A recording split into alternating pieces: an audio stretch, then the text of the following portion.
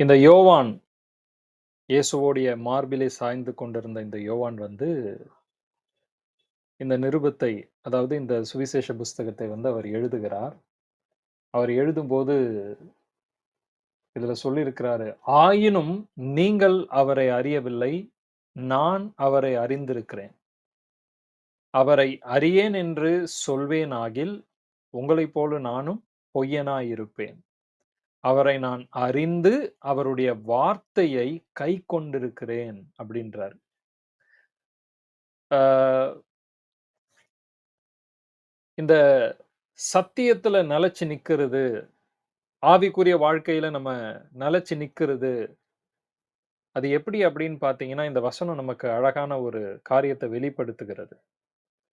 தேவனை நாம் எந்த அளவுக்கு அறிந்து கொள்றோமோ, அந்த அளவுக்கு நம்ம என்ன பண்ண முடியும்? சத்தியத்துல நிக்க முடியும், சத்தியத்துல நடக்க முடியும். தேவனை அறியாதவர்கள் சபைக்கு போனாலும் சரி, ஊழியம் செய்தாலும் சரி, பைபிள் படிச்சாலும் சரி, என்ன செய்தாலும் அவர்களும் சரி, அவங்களுடைய வாழ்க்கையிலயும் என்ன இருக்கும் அப்படின்னு பார்த்தீங்கன்னா, பொய் இருக்கும்.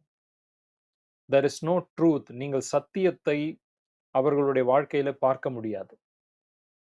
அதனால தான் இங்க இயேசு கிறிஸ்து சொல்றாரு, இந்த வேதபாரகர்கள், பரிசேயர்கள், சதுசேயர்கள் இவங்க எல்லாருமே தேவனை அறிந்திருக்கிறார்கள்.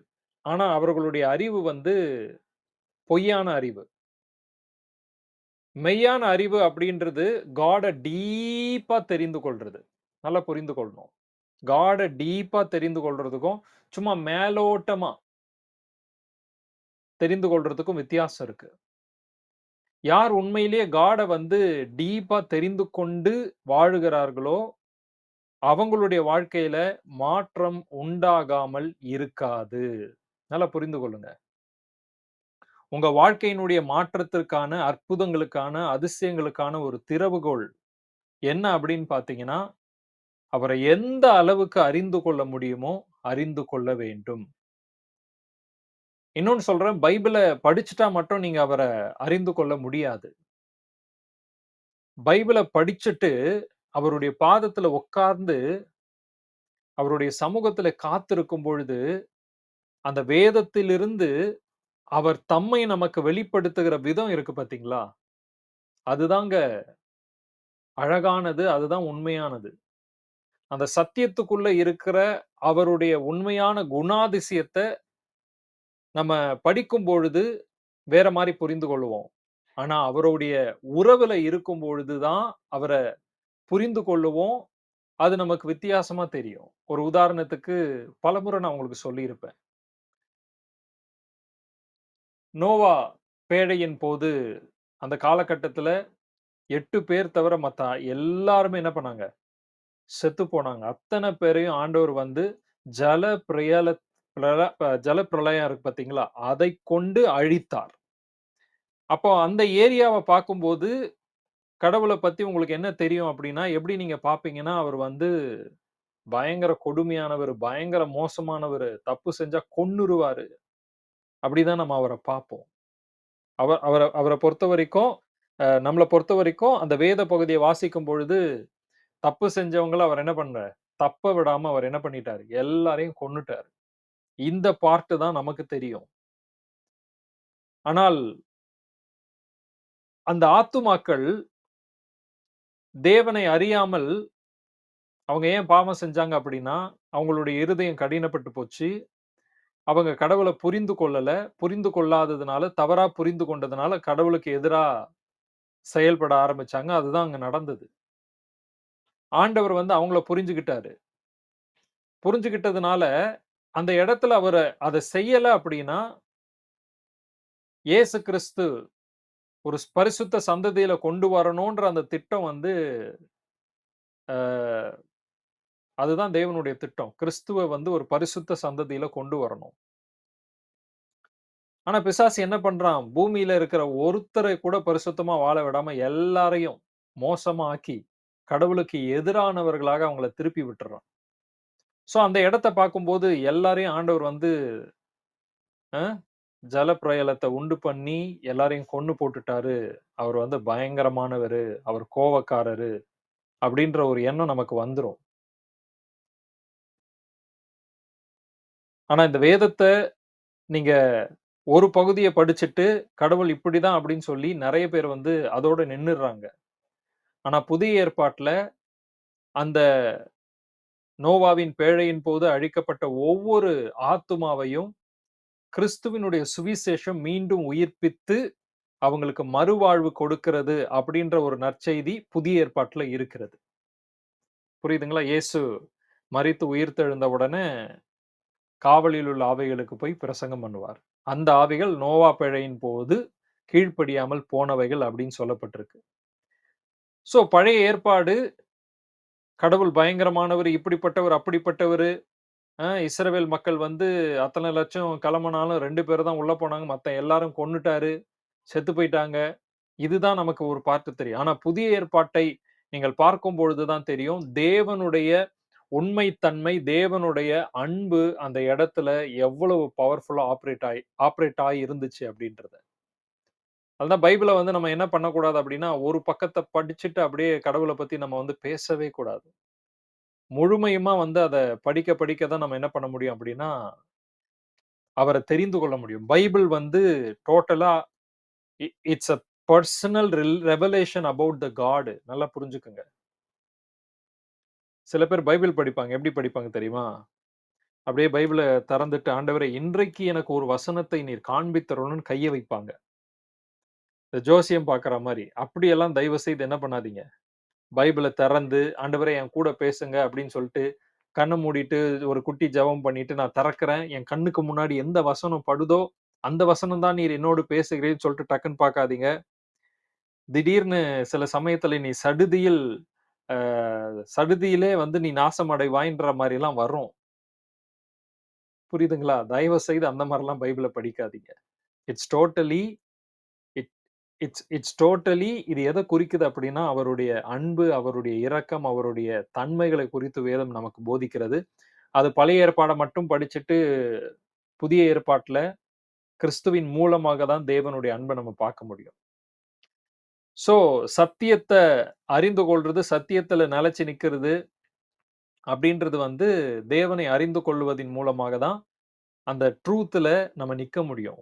இல்லன்னு வச்சுக்கங்களேன், மத்த கிறிஸ்தவர்கள் வாழுகிற மாரி ஒரு நார்மல் லைஃப்ப தான் நம்ம வாழ முடியும்.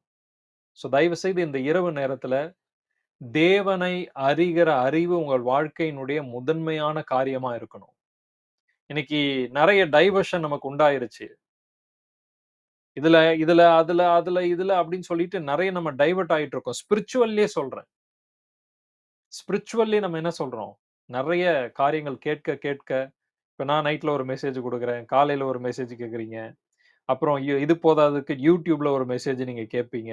நடுவுல ஷார்ட்ஸ் ஒரு மெசேஜ் வரும். இதெல்லாம் கேட்கும்போது உங்களுக்குள்ள என்ன இறங்கும் அப்படின்னு பார்த்தீங்கன்னா, ஒண்ணுமே முளைக்காது. ஆனா நம்ம ஏன் காலையிலேயே நைட் வந்து மீட்டிங் நடத்துறோம் அப்படின்னா, காலையில அந்த நாளை நடத்துவதற்கு, கடத்துவதற்கு தேவைப்படுகிற வார்த்தைய பெற்றுக்கொள்ளணும். ராத்திரி தூங்குறதுக்கு முன்னாடி வந்து என்ன பண்ணக்கூடாது, களைகள விதைக்கக் கூடாது அப்படின்னு சொல்லி வசனத்த நம்ம விதைக்கிறோம்.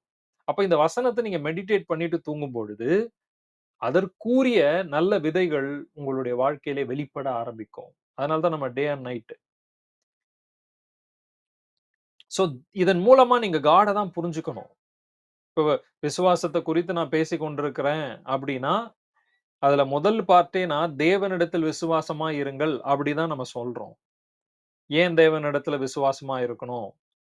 அவர் தான் சோர்ஸ் ஆஃப் மிராக்கிள். அவர் தான் ஃபெய்த்தினுடைய சோர்ஸு. சி அ உலகத்துல ஒரு பழமொழி சொல்லுவாங்க. அது எப்படி சொல்றதுன்னு எனக்கு தெரியல. நான் வந்து என்னது பொரி எடுத்துட்டு வரேன். நீ வந்து இ இ இன்னொன்னு எடுத்துட்டு வா. நீ வந்து அரிசி எடுத்துட்டு வா. 2 பேரும் ஊதி என்ன பண்ணுவோம்? சாப்பிடுவோம்ன்னு சொல்லுவோம். சொல்லுவாங்க பார்த்தீங்களா? அந்த பழமொழி கேள்விப்பட்டிருப்பீங்க. ஆனா காட் என்ன பண்றாரு தெரியுமா? நம்ம பார்ட், அவர் பார்ட்ன்னு அப்படின்லாம் கிடையாது. 2 சோர்ஸயுமே அவர் தான் குடுக்குறாரு.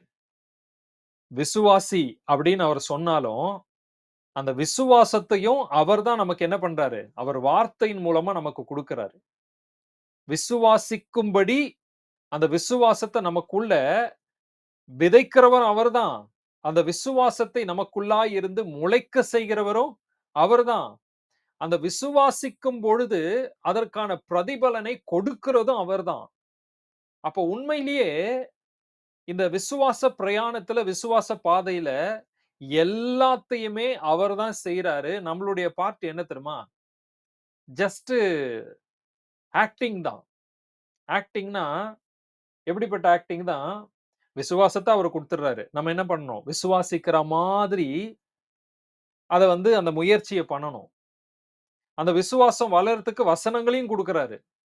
அப்ப என்ன பண்ணணும்னா, நம்மளுடைய பார்ட் அந்த வசனங்கள படிக்கணும். அடுத்தது அந்த விசுவாசிக்க செய்றார் பார்த்தீங்களா? இந்த சோர்ஸ் எல்லாம் குடுத்த உடனே ஹார்ட்ல அந்த விசுவாசத்த பெருக பண்றார். அவனவனுக்கு தேவன் பகிர்ந்தளித்த விசுவாச அளவின்படின்ற மாரி, அந்த அளவு என்ன பண்றது அப்டின்னா, வசனம் உள்ள போகும்போது அந்த வசனமும் இந்த இந்த வசனத்தின் மூலமாக உள்ள இருக்கிற ஆல்ரெடி கொடுக்கப்பட்டிருக்கிற அந்த வசனம் விசுவாசம் வந்து வளர்கிறது. இன்கிரீஸ் ஆகிறது. இன்கிரீஸ் ஆன உடனே அதற்கான மிராக்கிள் நடக்க ஆரம்பிக்குது. அந்த மிராக்கிள செய்றவரு அவர்தான். அப்ப பார்த்தீங்கன்னா, நம்ம நம்ம வந்து சும்மா இருக்கிறோம். நமக்குள்ள எல்லாமே, எல்லா வேலையும் செய்றது யாருன்னு பார்த்தீங்கன்னா அவர்தான். அப்ப நம்ம என்ன பண்ணோம் அப்டின்னா, நீங்க என்ன வேணா பண்ணுங்கன்னு சொல்லிட்டு நம்மள வந்து அப்படியே அவருக்கு வந்து அலோவ் பண்ணிடணும். குடுத்துறணும். அலோவ் பண்ணிறணும். ஆண்டவரே விசுவாசத்த எனக்குள்ள நீங்க விதைக்கிறதுக்கு ஐ வில் அலோவ். அந்த விசுவாசம் வளர்றதுக்கு ஐ வில் அலோவ். நீங்க என்ன சொன்னாலும் நான் செய்றேன்னு சொல்லிட்டு, அந்த விசுவாசம் நமக்குள்ளாக வெளிப்படுவதற்கு, அந்த அற்புதத்தை பெற்றுக்கொள்வதற்கு, அவர் முழுமையுமாக கிரியை செய்வதற்கு நம்ம என்ன பண்ணணும்னா, அலோவ் பண்ணணும். அனுமதிக்கணும். நம்மள நெறைய பேர் என்ன பண்றோம் அப்டின்னா, காட வந்து பாதி அலோவ் பண்றோம். பாதி வந்து நம்ம கிரியை செய்றோம். நல்லா புரிந்து கொள்ளுங்க. பாதி என்ன அலோவ் பண்றோம்? பிரேயர் மீட்டிங் அட்டெண்ட் பண்றேன் பிரதர்.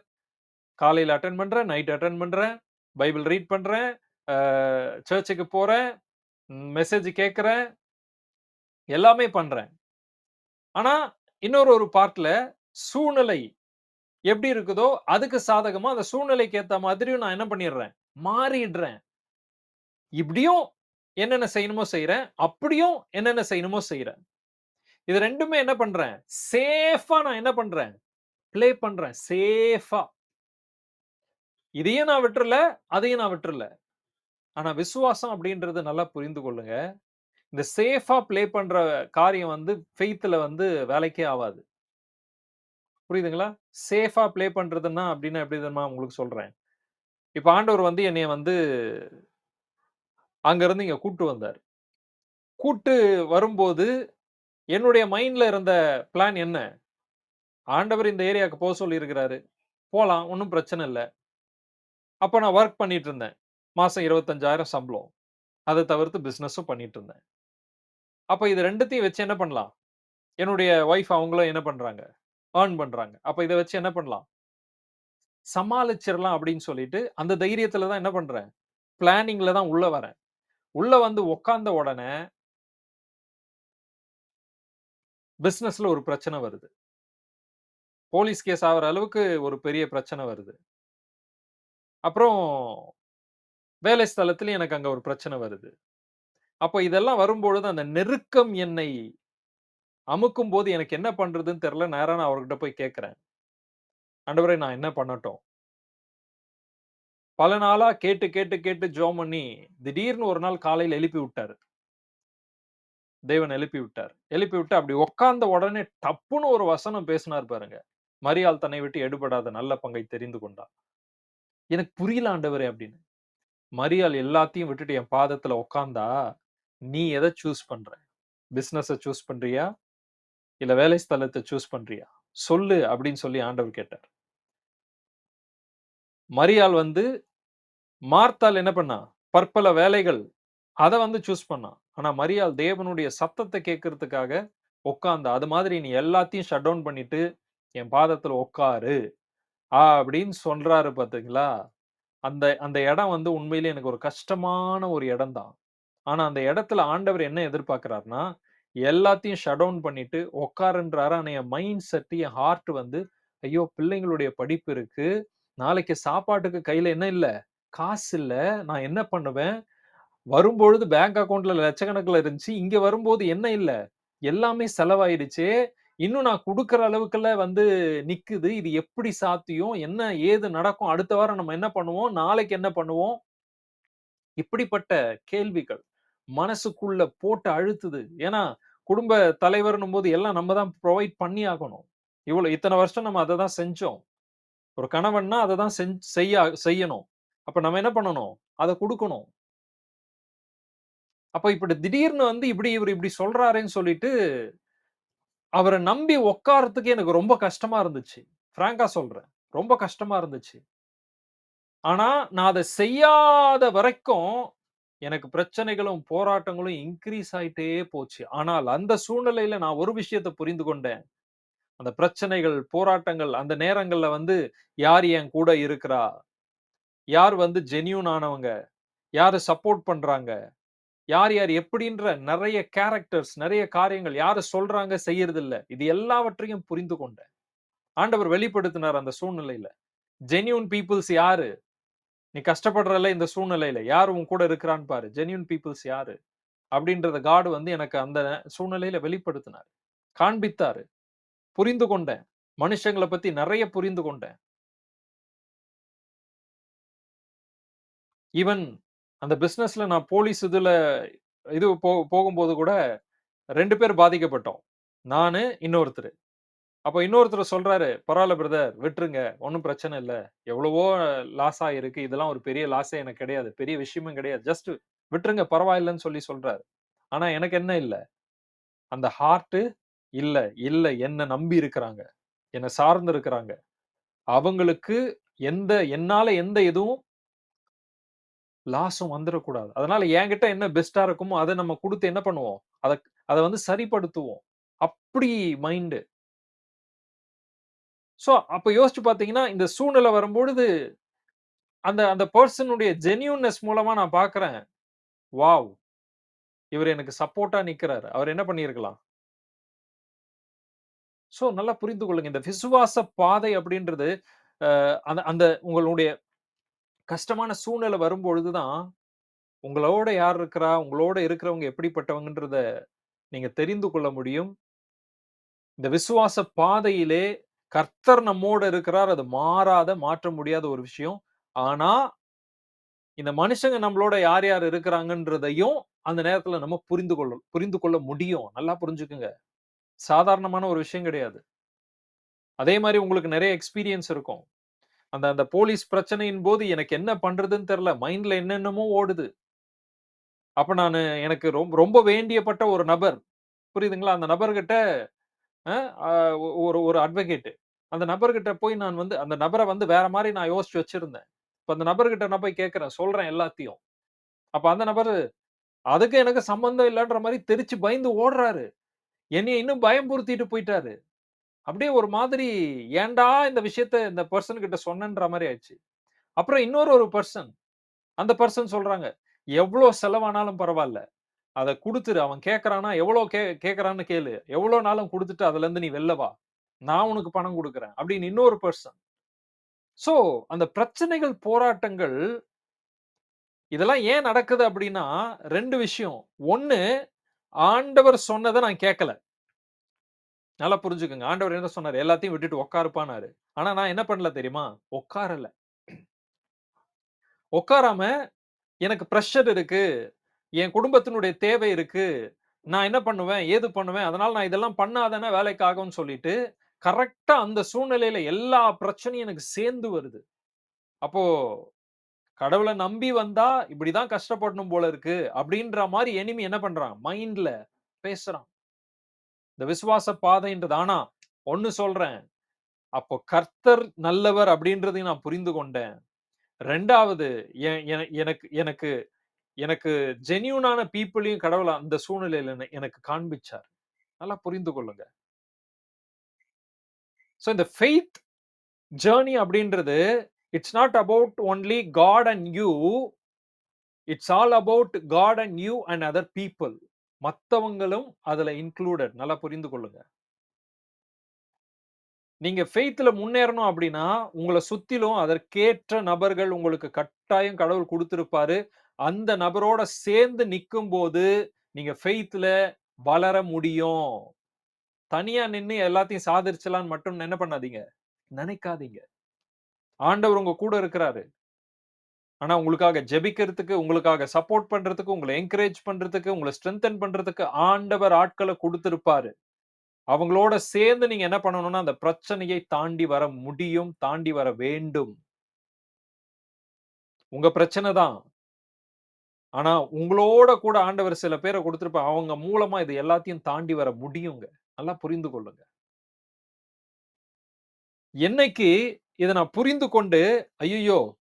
இவ்வளோ பிரச்சனை வந்து இன்னும் அதிகமாயிட்டு தான் போது. வேற ஆப்ஷனே கிடையாது. நம்ம உட்காருவோண்டான்னு சொல்லிட்டு உட்கார்ந்தேன். உட்கார்ந்த உடனே மிராக்கிள் நடந்துச்சு பாருங்க. எப்படி நடந்துச்சுன்னே தெரியல. செம்மையா நடந்துச்சு. எல்லா கடன்கள் அடைக்கப்பட்டது. கடன் நான் யார்கிட்டயும் வாங்கல. ஆனா அந்த சூழ்நிலையில வந்து நெறைய உருவாச்சு அது. எல்லாமே அடைக்கப்பட்டது. அத மீறி என்னுடைய கையில ஒரு 15,000 எனக்கு எனக்கு என் கையில வந்துச்சு. என் அக்கவுண்ட்க்கு. அத அப்படியே என் வைஃப் அக்கவுண்ட்க்கு ட்ரான்ஸ்பர் பண்ணி, அந்த சூழ்நிலையில அவங்க துபாய் போகக்கூடிய சூழ்நிலை. அதுக்கு செலவுக்கு வச்சுக்கம்மா அப்படின்னு அப்படி குடுத்து அனுப்பிச்சோம். காட் எல்லாமே பெர்ஃபெக்ட்டா. அப்பதான் நான் பார்த்தேன், ஆண்டவர் சொல்லுகிற காரியத்த நம்ம செய்யும்பொழுது, அவர் கைவிட மாட்டார்ன்னு. அதுக்கப்புறம் சொன்னா நம்ப மாட்டீங்க. அவர பிடிச்சுட்டு நடக்க ஆரம்பிச்சேன். இந்த 3 வருஷம் கிட்டத்தட்ட ஆகப்போது பிரியமானவர்களே. இந்த 2 1/2 வருஷம், 3 வருஷம் கிட்ட. தேவனுடைய கிருபையினால உண்மையா சொல்றேன், உண்மையா சொல்றேன். அவர் அவர் நடத்துகிற விதம் வேற லெவல்ல இருக்கு. ஏன்னா, நான் சொல்லிட்டேன். நான் உங்கள நம்பி தான் வந்திருக்கிறேன். எனக்கு வேற சோர்ஸ் இல்ல. என்னால பணம் சம்பாரிக்க முடியாதுன்னு கிடையாது. என்னால வேலைக்கு போக முடியாதுன்னு கிடையாது. என்னால பிசினஸ் பண்ண முடியாதுன்னு கிடையாது. ஆனா, நீங்க என்ன சொல்றீங்களோ அத செய்யறதுக்கு நான் தயாரா இருக்கிறேன்னு சொல்லி, அவர் வார்த்தைக்கு கீழ்ப்படியும் பொழுது தான் நன்மைகள் வாழ்க்கையில வெளிப்பட ஆரம்பிச்சது. இன்னொன்னு ஃபெய்த் அப்படின்றது அவர் என்ன சொல்றாரோ, அதுல ரிஸ்க் எடுக்கணும். இந்த ரிஸ்க்குக்கு பயந்துகிட்டு நீங்க உட்கார்ந்துட்டு இருந்தீங்க அப்படின்னா, காலத்துக்கும் உட்கார்ந்துகிட்டே தான் இருக்கணும். நல்லா புரிஞ்சுக்குங்க. ஸ்பிரிச்சுவல் லைஃப்ல ஃபெய்த் லைஃப் அப்படின்றது டேக் ரிஸ்க். அந்த ரிஸ்க் யார் எடுப்பா தெரியுமா? சரியான லீடர்ஸ் தான் ரிஸ்க் எடுப்பாங்க. ரிஸ்க் எடுக்கிறவங்கள தான் தேவன் தலைவர்களா கொண்டு வந்து உருவாக்குவாரு. அதனால வந்து கிறிஸ்டியன் ஜர்னி வந்து உண்மையிலேயே பீஸ்ஃபுல்லான, த்ரில்லிங்கான ஒரு ஜர்னி. நான் அத எக்ஸ்பீரியன்ஸ் பண்ணிக்கிட்டே தான் இருக்கேன். எக்ஸ்பீரியன்ஸ் பண்ணிக்கிட்டே இருக்கிறேன். எப்பல்லாம் தேவை வருதோ, தேவைக்கு முன்னாடியே அந்த தேவைக்கான ஆசீர்வாதத்தினுடைய வாசல் ஆண்டவர் திறந்துருவாரு. சோ இந்த விசுவாச பாதையில ஆண்டவர் உங்க கூட இருக்கிறாருன்றத தயவு செய்து மறந்துறாதீங்க. இன்னைக்கு நீங்க சந்தித்துக் கொண்டிருக்கிற பிரச்சனைகள், போராட்டங்கள் எப்படிப்பட்டதா இருந்தாலும், கர்த்தர் உங்களோட கூட இருக்கிறாரு. அவர் என்ன சொல்றாரோ, அத மட்டும் நம்ம செஞ்சா போதும். அத தவிர வேற எதுவும் என்ன பண்ணாதீங்க, முயற்சி பண்ணாதீங்க. உங்களுடைய சுய முயற்சி எதுவும் என்ன பண்ணாதீங்க. இதுல கொண்டு வராதீங்க. கர்த்தர் என்ன சொல்லுகிறாரோ, தேவன் என்ன சொல்லுகிறார், அவர் வார்த்தை என்ன சொல்லுகிறது, அதை மட்டும் செய்யுங்க. புரியுதுங்களா? சோ இந்த மலைகளை பெயர்க்கிற அந்த காரியத்துல, நாம தேவனிடத்துல விசுவாசமா இருக்கணும். அப்படின்னு நான் சொன்னேன். 2வது எவனாகிலும் அப்படின்னா, தேவன் மீது விசுவாசம் வைக்கிறவன் மட்டும் தான் என்ன பண்ண முடியும்? மலைகளை பெயர்க்க முடியும்னு சொன்னேன். 3வது அந்த மலைகளை நாம் எப்படி பார்க்க வேண்டும்? அப்படின்றது நமக்கு மிக முக்கியமான ஒரு காரியம். நம்மளுடைய கண்கள். நம்மள பார்க்கிற விதம். ஒரு பிரச்சனை வருதுன்னா, அந்த அந்த கண்ணு வந்து அந்த பிரச்சனைய எப்படி பாக்குது? அத பிரச்சனையா பாக்குதா? அதுல தேவனுடைய அற்புதத்த பாக்குதா? ஒரு பிரச்சனை வருது. இதுல ஆண்டவர் அற்புதம் செய்வார்ன்னு சொல்லிட்டு, வார்த்தைய கொண்டு அதுல அற்புதத்தை காணும்படிக்கு அந்த பிரச்சனைய நம்மளுடைய கண்கள் இயற்கைக்கு அப்பாற்பட்ட விதத்துல அந்த பிரச்சனைய நல்ல விதத்துல ஆண்டவர் செய்வார், ஆண்டவர் பார்த்துக்குவாரு அப்படின்றது மாதிரி விசுவாச கண்ணோட்டத்துல பாக்குதா? இல்லன்னா ஐய்யயோ! பிரச்சனை வந்துருச்சு அவ்வளவுதான். என்ன பண்றது? ஏது யார்கிட்ட கடன் வாங்கலாம்? யார தேடி ஓடலாம்? யார்கிட்ட கேட்கலாம்? யார்கிட்ட பேசலாம்? இப்படி மாம்சத்துல மூவ் பண்ணுதா?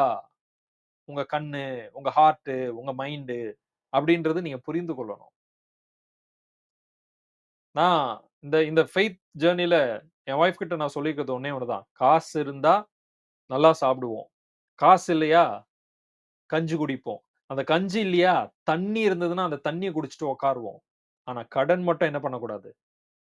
இந்த இந்த அவர நம்பி வா வா வந்திருக்கிற இந்த ஜர்னில அத மட்டும் என்ன பண்ணக்கூடாது? செய்யக்கூடாதுன்னு சொல்லி, பிரியமான தேவனுடைய பிள்ளைகளே, கர்த்தரை நம்புகிறவர்கள் ஒருபோதும் வெட்கப்பட்டு போவதில்லை. புரியுதுங்களா? வெட்கப்பட்டு போவதில்லை. உங்களுடைய அந்த விசுவாச ஜர்னில இந்த 3 காரியங்கள குறித்து நம்ம கடந்த நாட்களிலே நம்ம பார்த்தோம். இப்போ ஒண்ணே ஒண்ணு நான் சொல்லி உங்களுக்கு நான் முடிக்க விரும்புகிறேன். புரியுதுங்களா? அதே மார்க் எழுதின சுவிசேஷம் 11ஆம் அதிகாரத்துல. பார்க்கிறது முக்கியம் தான். அந்த மலைய பார்க்கிறது முக்கியம் தான். பார்க்கும்போது அது உங்களுக்கு மலையா தான் தெரியும். ஆனா, உங்களுடைய இருதயத்துக்குள்ள தேவனுடைய வார்த்தை வந்துருச்சுன்னா, அந்த மலை உங்களுக்கு மலை மாரியே தெரியாது. நல்லா புரிந்து கொள்ளுங்க. வசனத்தினுடைய அழகு என்ன தெரியுமா? வசனத்தினுடைய வல்லமை என்ன தெரியுமா? நமக்கு முன்னாடி இருக்கிறது மலைய போல அது பில்டப் குடுத்தாலும், இந்த வசனம் என்ன பண்ணும்னா, "அ இந்த மலையெல்லாம் ஒரு பெரிய விஷயமே கிடையாது. இத ஈஸியா என்ன பண்ணிறலாம்? தூக்கி போட்டுறலாம். நடு நடு சமுத்திரத்துல தள்ளிறலாம்." அப்படி என்கின்ற ஒரு காரியத்தை வசனம் நமக்கு காண்பிக்கிறதா இருக்கிறது. நம்ம என்ன பண்ணணும் அப்படின்னா, இந்த பிரச்சனைகளை பார்க்கிறதோட நின்றக்கூடாது. சில பேரு இந்த பார்த்துட்டு பயந்துருவாங்க. நேத்து நேத்து சொன்னேன் பார்த்தீங்களா? அந்த இஸ்ரவேல் மக்கள் பார்த்து பயந்த ஒரு பயம் உள்ள வந்துருது. நம்மளுடைய ஆவிக்குரிய கண்கள் எங்க வந்து ஃபெயில் ஆச்சு, நேத்து அதெல்லாம் நான் உங்களுக்கு சொன்னேன். இன்றைக்கு அந்த பிரச்சனைய பார்த்துட்டு சில பேர் அங்கேயே ஷட் டவுன் பண்ணிட்டு ஓடிருவாங்க. அப்படி இருக்கக்கூடாது. அடுத்தது நம்ம என்ன பண்ணணும் அப்படின்னா, அந்த பிரச்சனைகளை பார்த்து, அதாவது அந்த மலையை பார்த்து, "நீ பெயர்ந்து சமுத்திரத்திலே தள்ளுண்டு போ" என்று சொல்ல வேண்டும். பேச வேண்டும். என்ன பண்ணணும்? பேச வேண்டும். பேசும்போது நல்லா கவனிங்க, தெளிவாக பேச வேண்டும். ஜெபிக்கும்போது தெளிவா ஜெபிக்கணும். கேட்கும்போது தெளிவா கேட்கணும். பேசும்போது ஆமா. இல்லன்னு வச்சுக்கங்களேன், பின்னாடி உங்களுக்கு எல்லாமே பிரச்சனையா வந்து முடியும். நான் எப்பவுமே சொல்றது உண்டு. இன்றைக்கு உங்கள் வாழ்க்கை, நீங்க அனுபவிக்கிற பிரச்சனைகள், போராட்டங்கள், என்னைக்கோ நீங்க நெனச்சு, என்னைக்கோ நீங்க வார்த்தைய விட்டு, என்னைக்கோ நீங்க சொன்னதா இருக்கும். புரியுதுங்களா நான் சொல்றது? ஒரு உதாரணத்துக்கு, ரட்சிக்கப்பட்ட புதுசு ஆரம்பத்துல, ஆண்டவரா பார்த்து ஏதாவது ஒரு பொண்ண அனுப்பிச்சா ஓகே. அப்படின்னு நீங்க சொல்லியிருப்பீங்கன்னு வச்சுக்கங்களேன். இன்னைக்கு அந்த பொண்ண தான் நீங்க கல்யாணம் பண்ணிட்டு இருப்பீங்க. அதனால எழும்புகிற பிரச்சனைகள், போராட்டங்கள் எப்படி நீங்க சமாளிக்கிறீங்கன்னு உங்களுக்கு தான் தெரியும். இது இப்ப நீங்க அனுபவிச்சுட்டு இருக்கிறது, நீங்க ஆரம்பத்துல வாயில சொன்னது. எதா ஏதாவது ஒரு பொண்ணு, ஆண்டவரா பார்த்து ஏதாவது ஒரு பொண்ணு, ஏதாவது ஒரு கல்யாணம் பண்ணா ஓகே. அப்படின்ற மாரி. புரியுதுங்களா? அதெல்லாம் தெளிவா கேட்கணும். ஆண்டவரே புத்தி உள்ள ஸ்திரிய தாங்கும். தாங்கன்னு சொல்லி கேட்கணும். அ புத்தி உள்ள ஸ்திரீ தன் வீட்டை கட்டுகிறாள். ஞானம் உள்ள ஸ்திரிய கொடுங்க. அப்படின்னு சொல்லி என்ன பண்ணணும்? தெளிவா. அதனால தான் இங்க பாருங்க, மலைய பார்க்கிறாரு. பார்த்துட்டு என்ன சொல்றார்ன்னா, "நீ பெயர்ந்து"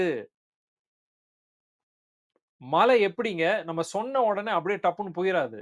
அந்த மலை ஃபர்ஸ்ட்டு அந்த மலைய அங்கருந்து பெயர்க்கணும். தனியா எடுக்கணும்.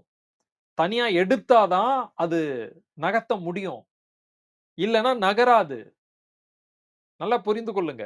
இங்க இங்க சொல்றது என்ன அப்படின்னு பார்த்தீங்கன்னா, நீ பேசுறது முக்கியம் கிடையாது. ஆனா தெளிவா பேசு. அதுக்கு ஒரு உதாரணத்த சொல்லி நான் முடிக்க விரும்புகிறேன். ஆண்டவர் வந்து பிதாவாகிய தேவன் வந்து ஆபிரகாமுக்கு ஒரு டெஸ்ட் வைக்கிறார். அந்த டெஸ்ட்ட நோக்கி அவர் என்ன பண்றாரு? மோரியா மலைக்கு தன்னுடைய மகன அழைச்சுட்டு போறாரு. போகும்போது பாருங்க, அங்க தெளிவா, அழகா அவரு பேசுறாரு பாருங்க. அவங்களுடைய வேலைக்காரர்கள் கிட்ட சொல்லுவாரு. "நானும் என் பிள்ளையாண்டானும் அவ்விடம் மட்டும் போய் தொழுது கொண்டு திரும்பி வருவோம்."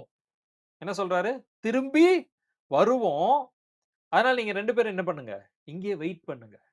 அப்படின்னு சொல்லி, அந்த ஃபெய்த் உள்ள இருக்கு. அந்த ஃபெய்த்த அவர் தெளிவா அவங்க கிட்ட சொல்றாரு. இப்ப நம்மளா இருந்தா என்ன பண்ணியிருப்போம் தெரியுமா? அப்படியே உட்கார்ந்து ஒப்பாரி வச்சிருப்போம். போறோம். போன இடத்துல என்ன நடக்கும், ஏது நடக்கும்னு தெரியாது. நீங்க இங்கேயே வெயிட் பண்ணுங்க. போயிட்டு நான் வரேன். இத தான் நம்ம பேசியிருப்போம். ஆபிரகாம் ஸ்தானத்துல நம்ம இருந்திருந்தா என்ன பேசியிருப்போம்? எப்பா நீங்க 2 பேரும் இங்கே இருங்கப்பா. போயிட்டு வேலைய முடிச்சுட்டு, பலி செலுத்திட்டு, நான் திரும்பி வந்துர்றேன். அதுக்கப்புறம் நம்ம போலாம் எல்லாரும் சேர்ந்து. அப்படின்னு சொல்லியிருப்போம். நான் ஆபிரகாம் என்ன சொன்னார் தெரியுமா? நானும் என் பிள்ளையாண்டானும் இப்ப போறோம். போயிட்டு 2 பேரும் மறுபடியும் திரும்பி வருவோம். அதுக்கப்புறம் நம்ம என்ன பண்ணலாம்? சேர்ந்து போலாம். அப்படின்னு சொல்லி, அந்த விசுவாசத்தை அவர் என்ன பண்றார்ன்னா, தெளிவாக பேசுகிறார். அதுதான் என்ன அனுபவம் அப்படின்னா, மலைய பார்த்து பேசுறது, "ஏய் மலையே நீ என்ன மலையே நீ வந்து நகர்ந்து போ. மலையே வந்து நீ வந்து சமுத்திரத்துல தள்ளுண்டு போனா, அதுக்கு முன்னாடி அங்க இருந்து அத பிச்சு எடுக்கணும்." பிச்சு எடுக்கிற அந்த காரியத்த ஆண்டவர் நமக்கு தெளிவா சொல்றாரு. பெயர்ந்து அதுல வார்த்தை வருதா இல்லையா பாருங்க. அந்த மலைய பார்த்து அவர் என்ன சொல்றாருன்னா, பெயர்ந்து அப்படின்றார். தனியா ஒரு கமா போடுறாங்க அந்த வசனத்துல. நீ பெயர்ந்து மலைய பார்த்து சொல்றாரு. நீ பெயர்ந்து அப்படின்றாரு. ஒரு கமா போடுறாரு. அதுக்கப்புறம் தான் சொல்றாரு, எங்க போய் விழணும் அப்படின்றதையும் தெளிவா சொல்லணும். இப்ப மலைய பெயர்ந்து, "ஏய் மலை, நீ இங்க இருந்து பெயர்ந்து தள்ளுண்டு போனா, எங்க தள்ளுண்டு போணும்? எங்க விழணும்? எந்த இடத்துல விழணும்?" புரியுதுங்களா? நான் சொல்றத விஷயம் நல்லா புரிந்து கொள்ளுங்க. பேசுற காரியங்கள், ஜெபிக்கிற காரியங்கள், சொல்லுகிற காரியங்கள்ல தெளிவு இல்லாததுனால தான் நம்ம எல்லாரும் இன்னைக்கு கஷ்டப்பட்டுக்கிட்டு இருக்கிறோம். இங்க ஆண்டவர் வந்து விசுவாசம் உனக்குள்ள வச்சிருக்கிறது பெரிய விஷயம் இல்ல. ஆனா உன் வாயிலிருந்து வர வார்த்தை தெளிவா இல்லாததுனால தான் வேதவசனம் சொல்லுது. உன் வாயின் வார்த்தையினாலே நீ நீதிமான் என்று இல்லனா பாவி என்று தீர்மானம். அவன் வாயின் வார்த்தைய வச்சு தான் கண்டுபிடிக்கப்படுவாய். புரியுதுங்களா? சோ இருதயத்துல விசுவாசம். அந்த விசுவாசம் வாயில வெளியில வரணும். தெளிவா வெளியில வந்தா தான், அது மாற்றத்த கொண்டு வரும். இன்னைக்கு இந்த வசனம் நமக்கு சொல்றது அதுதான். மலைய பெயர்க்கணுன்ற ஆசை உன் உள்ளத்துக்குள்ள இருக்கிறது பெருசு கிடையாது.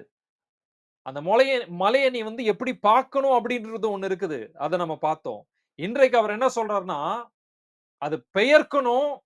2வது அது எங்க விழணும், எந்த இடத்துல விழணும்னு கரெக்ட்டா சொல்லு. கரெக்ட்டா பேசு. கரெக்ட்டான சரியான வார்த்தைய பேசு. புரியுதுங்களா? நம்ம இன்னைக்கு கரெக்ட்டா பேசிக்கிட்டு இருக்கிறோம். எங்க பேசுறோம்? கணவன பார்த்து பேசுறோம். என்ன பேசுறோம்? அது, இது யார? கணவன பார்த்து பேசுறோம். அதேபோல மனைவிய பார்த்து பேசுறோம். அதெல்லாம் திருந்தாது. அது, இது. புரியுதுங்களா? அதே மாரி பிள்ளைகள பார்த்து பேசுறோம். எரும மாடு. அ அறிவில்ல, ஜன்மம், உருப்படாது, விளங்காது. என்ன பேசுறோம்? தெளிவா பேசுறோம். இதெல்லாம் என்னது? Prophecy word. ப்ராஃபட்டிக். உங்க வாயில இருந்து வரக்கூடிய ஒவ்வொரு வார்த்தையும் ப்ராஃபட்டிக் வேர்ட் நல்லா புரிஞ்சுக்குங்க. அதனால தான் பேசுகிறதற்கு கோபிக்கிறதுக்கும் சரி, பேசுறதுக்கும் என்ன பண்ணணும்? பொறுமையா இருக்கணும். கோபிக்கிறதுக்கு பொறுமையா இருக்கணும். பேசுறதுல ரொம்ப ரொம்ப பொறுமை வேணும். இந்த இரவு நேரத்துல இந்த கூடுகையில இருக்கிற நீங்க, இந்த வசனத்த மறுபடியும் நல்லா பாருங்க. மலையை பார்த்து நீ பெயர்ந்துன்னு சொல்லணும். அதுக்கப்புறம் எங்க விழணும்? சமுத்திரத்துல தான் விழணும். சமுத்திரத்துல விழணுமா? இல்ல வேற ஒரு இடத்துல விழணும்னா, அது எந்த இடத்துல விழணும்? அப்படின்றத தெளிவா சொல்லணும். உங்க வாயின் வார்த்தை வந்து பவர்ஃபுல்லானதுங்க. அத கரெக்ட்டா நீங்க பேசுங்க. கரெக்ட்டா டிக்ளேர் பண்ணுங்க. உங்க வாயின் வார்த்தையை கொண்டு தான் நீங்கள் எப்படிப்பட்டவர்கள் என்று தீர்மானம் செய்யப்படும். புரியுதுங்களா? நீதிமான் அப்படின்னாலும், அது உங்க வாயின் வார்த்தையிலிருந்து வர்றது தான். பாவி அப்படின்றதும் உங்க வாயின் வார்த்தையிலிருந்து வருது தான். அது it's up two your word. நீங்க பாவி என்றும், நீதிமான் என்றும் உங்கள் வாயின் வார்த்தைகள கொண்டு தீர்க்கப்படுவீர்கள். அப்ப என்ன பண்ணணும்? நான் என்ன நீதிமானா பார்க்கணும். நான் என்ன நீதிமானா டிக்ளேர் பண்ணணும். ஐயோ! நான் பாவி, நான் ஒரு பலவீனன், நான் ஒரு மோசமான ஆளு, நான் அப்படியாக்கும், நான் இப்படியாக்கும், நான் இது சரியில்ல, இது சரியில்ல, அது சரியில்ல. இப்படியெல்லாம் பேசிக்கிட்டு இருந்தா ஒண்ணும் வராது. ஒண்ணும் மாறாது. தெளிவா பேசுங்க. விசுவாசத்தோட பேசுங்க. நல்ல வார்த்தைகள பேசுங்க. புரியுதுங்களா? நிச்சயமா பெரிய மாற்றத்தை கர்த்தர் நம்மளுடைய வாழ்க்கையில கட்டளையிடுவார். தொடர்ந்து நாம் நாளைய தினத்தில பார்ப்போம். கர்த்தர் நம்மை ஆசீர்வதிப்பாராக. Thank you Jesus. Thank you Father. Thank you Holy spirit.